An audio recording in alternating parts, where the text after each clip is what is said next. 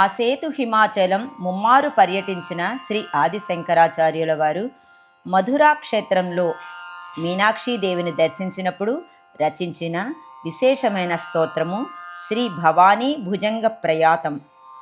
షడాధార పంకేరుహాంతర్విరాజత్ సుషుమ్నాంతరాలేతి తేజోల్లసంతీం సుధామండలం ద్రావయంతీం పిబంతీం సుధామూర్తిమీడే చిదానందరూపాం జ్వలత్కోటిబాలార్కభాసారుణాంగీం సులావణ్యశృంగారశోభాభిరామాం महापद्मकिं जल्कमध्ये विराजत् त्रिकोणे निषण्णां भजे श्रीभवानीं क्वणत्किङ्किणी नूपुरोद्भासि रत्न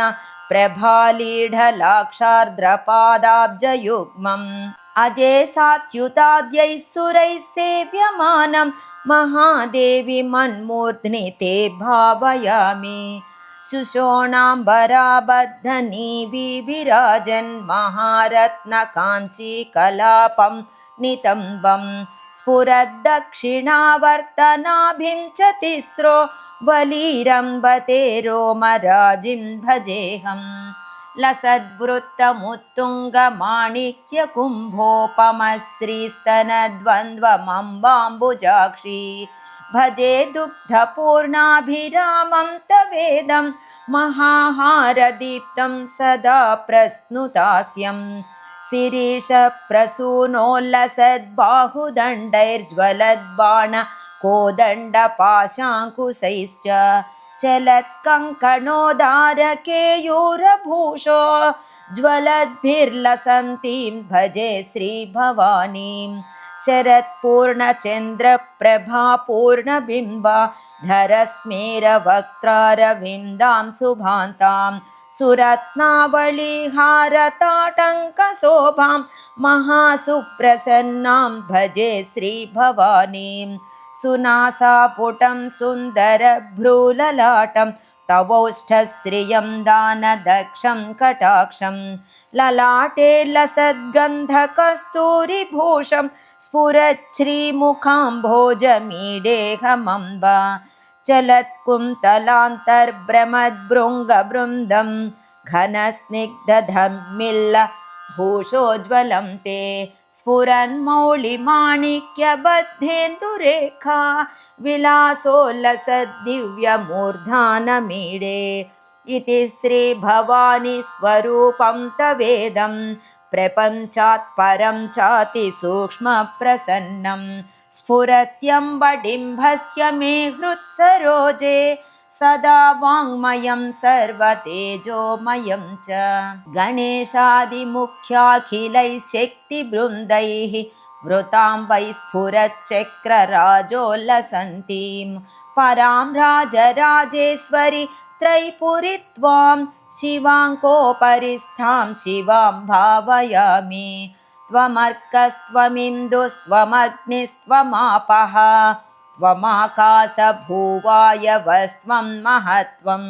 त्वदन्यो न कश्चित् प्रपञ्चोऽस्ति सर्वं त्वमानन्दसंवित् स्वरूपां भजेऽहं श्रुतीनामगम्येषु वेदागमज्ञा महिम्नो न जानन्ति पारं तवाम्ब स्तुतिं कर्तुमिच्छामि ते त्वं भवानी क्षमस्वेदमत्र प्रमुग्धः किलाहं गुरुस्त्वं शिवस्त्वं च शक्तिस्त्वमेव त्वमेवासि माता पिता च त्वमेव त्वमेवासि विद्या त्वमेवासि बन्धुः गतिर्मे मतिर्देवि सर्वं त्वमेव शरण्ये वरेण्ये सुकारुण्यमूर्ते हिरण्योदराद्यैरगण्ये सुपुण्ये